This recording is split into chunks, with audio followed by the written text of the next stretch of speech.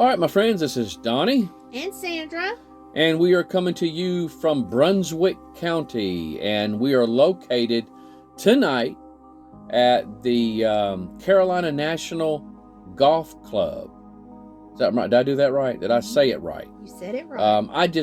Guys, whenever I think of a golf course, I just say golf course.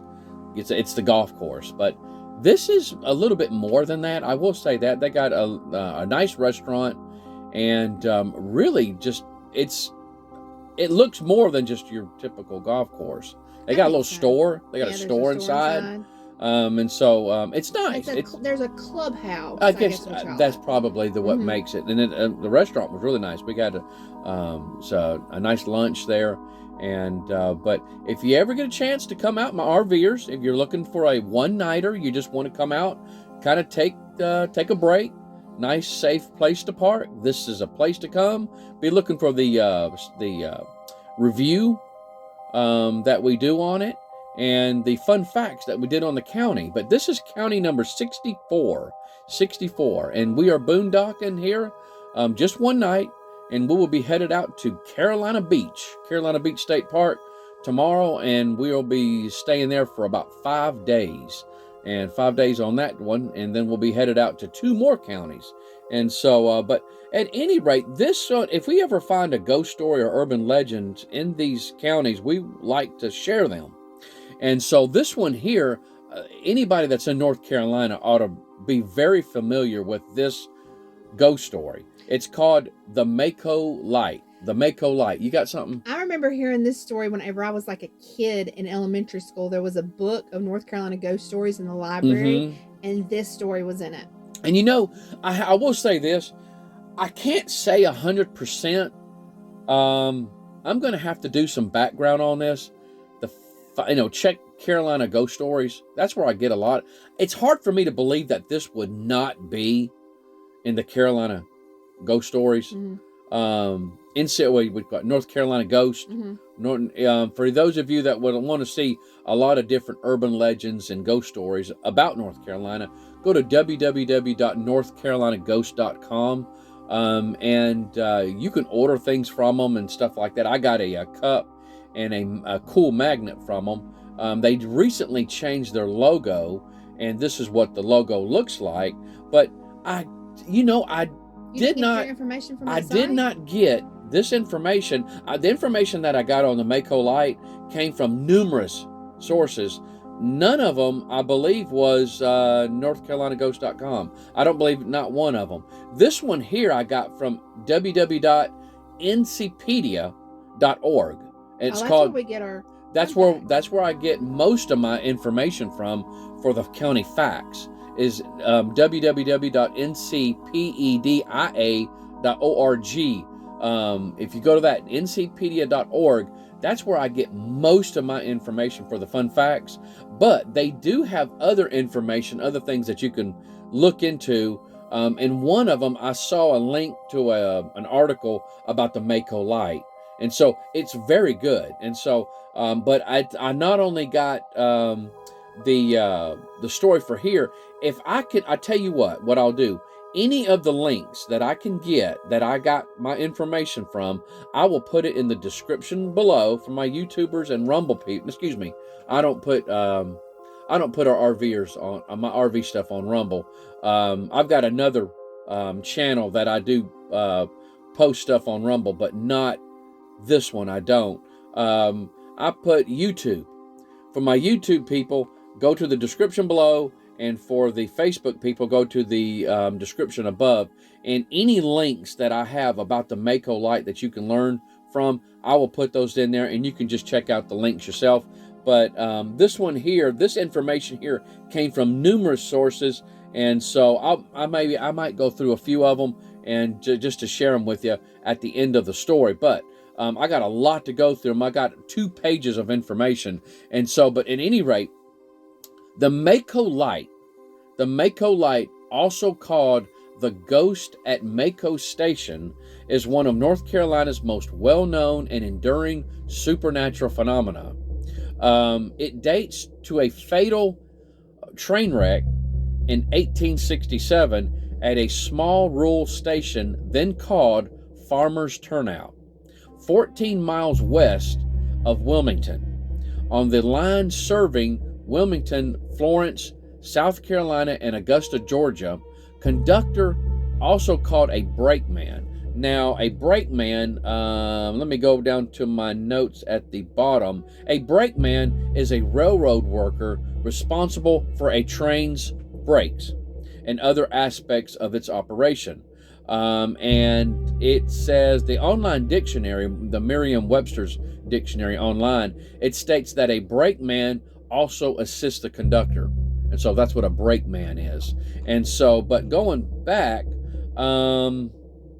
let's see, Joe Baldwin, that's who this brakeman is called, this conductor, or also called the brakeman, Joe Baldwin, riding in the last car of a wood-burning train, discovered that his car had come uncoupled. It came loose. He died waving a lantern from the rear of the car in a failed attempt to signal and stop a second train that was coming from behind. One witness saw Baldwin's lantern fly clear off the train wreck, land on its right side in the adjacent swamp, still burning.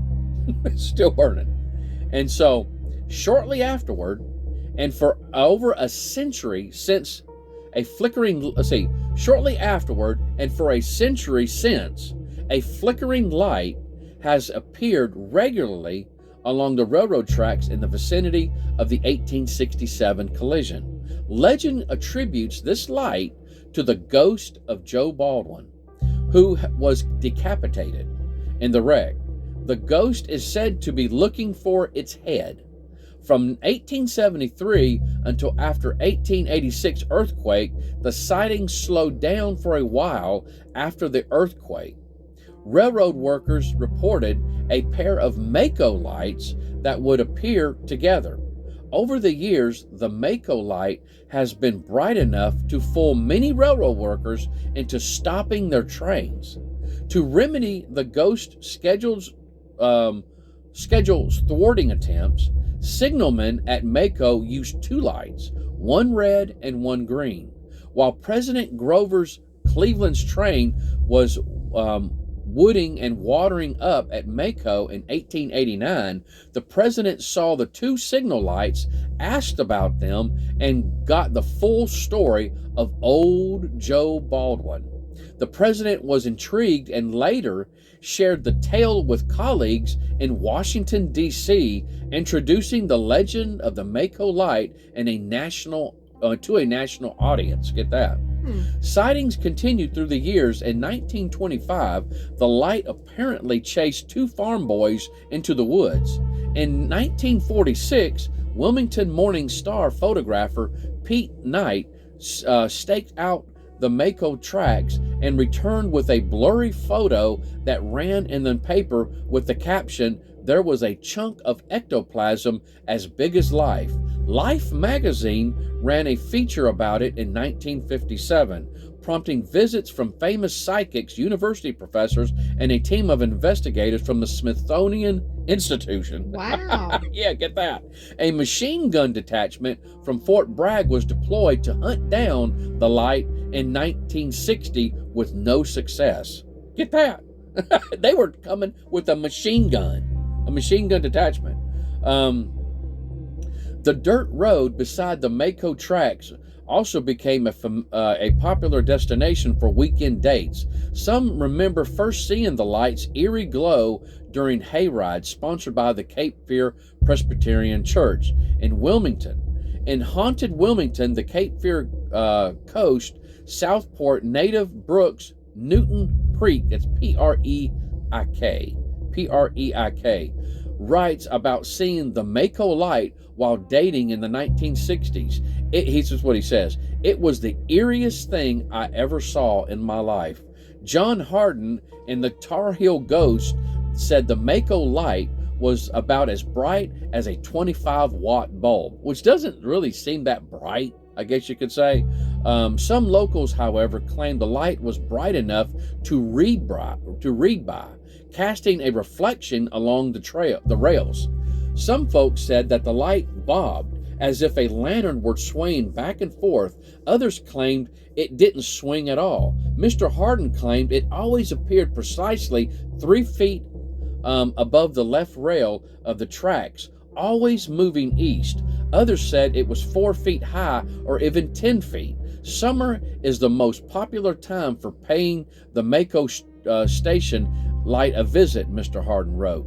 Dark and moonless nights are better because they provide a clearer, sharper view. The light, he added, tended to appear and disappear at 15-minute intervals. It was particularly the ghost capital of the Tar Heel State, the site of North Carolina's best documented psychic phenomenon. In the spring of 1964, the Southern Eastern North Carolina Beach Association contacted parapsychologist and ghost hunter Hans Holzer. That's Hansholzer, and I'll have some pictures of him and his books come up on the screen, to come to Maco and investigate the mysterious light. After his visit, Holzer gave an apparent certification of the phantom conductor, citing the consistency of his return appearances. Since the railroad tracks were removed around 1980, sightings of the Maco light have greatly diminished, if not completely disappeared. According to the Cape Fear Museum historian Harry Warren, in its time, the Maco light has been the object of many dark vigil at Maco Station, where anywhere from a few to a dozens of people would frequently gather at night. It has also been the subject of numerous newspaper stories and at least one narrative ballad, The Maco Light, which sums up the tale, and this is what it says. They found Joe's body. They found Joe's head. They buried them both, but he's not dead. A dismal night in a dismal swamp, you can see his lantern shine. Others claim the Maco light was swamp gas or came from passing cars on the nearby highway, even though it was seen long before the automotive age. The railroad tore up the tracks there back in the 1970s, and it hasn't been seen since, said Stanley Waldrop, president of the Cape Fear Paranormal Investigations Group, an association of volunteer ghost hunters. Now, I got a note here.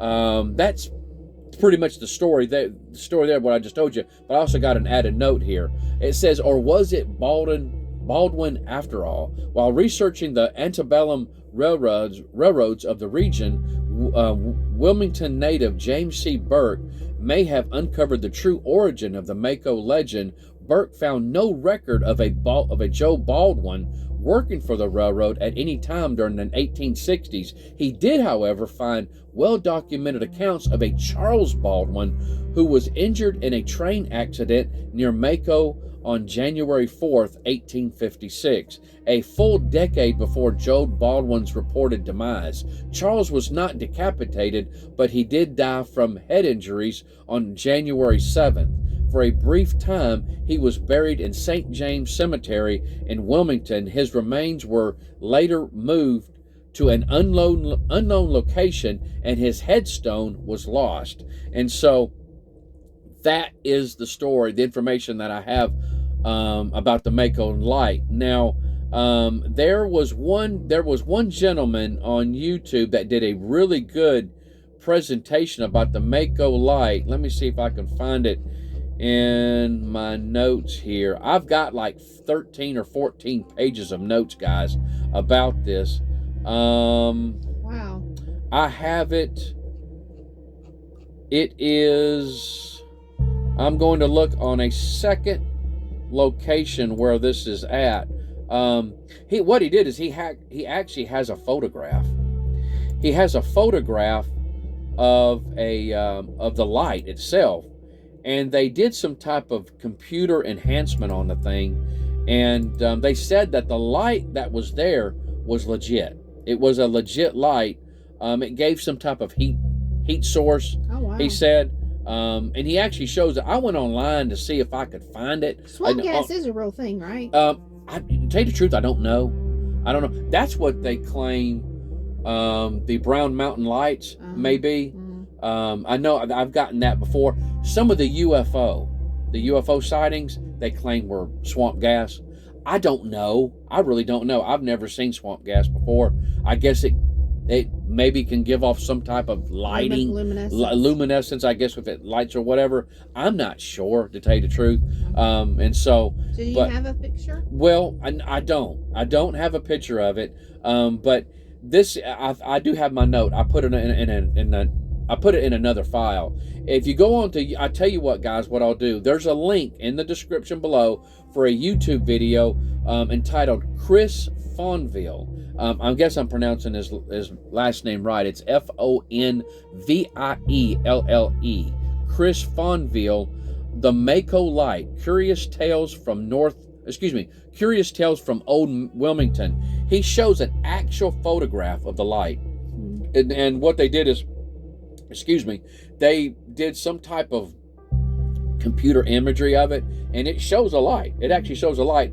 There's another picture that I have. It shows some people standing. It's not a real good picture, but it shows some people. It's an old picture, but it shows some people standing, and right between them in the far distance, you can see a light. And so I'll show you a picture of that, you guys. And in that circle is where they show that light at. And so, And have they built over the railroad tracks now? Right now, Sandra and I are going to try to visit this location. And so, guys, if I have, now at the time I'm actually going over the story, if I haven't been able to do that, then this will be the end of the story. I'll have like a part 1 or part 2 to it. Okay. And so, but we're going to try to visit that when we're in Carolina Beach State Park, because we're going to be near Wilmington, and this is supposedly within about 15 miles from Wilmington. So I think that would be a good time to go. And so we're going to try to visit that. But they have built houses and homes around the area. But I've got some maps that I've been able to get off of GPS, and so I know the location. It's just a small stretch of land. I know that there's a house. Last I saw, there was a house that was built. The train tracks would actually cut through this guy's yard. And so I do remember seeing that. And so, but we're going to try to see it. I do know that online, at least, they show you pictures on if you GPS it, they'll show you pictures that say, this is where the train tracks of Maco, like the Maco light, if you was to look in this direction, this is what it would look like if you look in the other direction. And so it's just a fascinating story. It really is a fascinating story. And it seems to have something to it. Again, with all the other ghost stories and urban legends that we go through, there is a historical significance. There is a story that started the whole thing, that started the whole ghost story / urban legend, or what have you. And so, but we're going to try to do that. And so, guys, if we did, there'll be a part 2 to this. If we haven't, then this will be the only video that we have. And so, but if you're ever in that area, check it out for yourself. And so, but at any rate, do you have anything? Any questions? Nope. Comments? Complaints? Nope. All right. Well, guys, we hope that you've enjoyed it. Be looking out for the next one. We love you. We hope you have a great night. Good night. Good night. Bye-bye.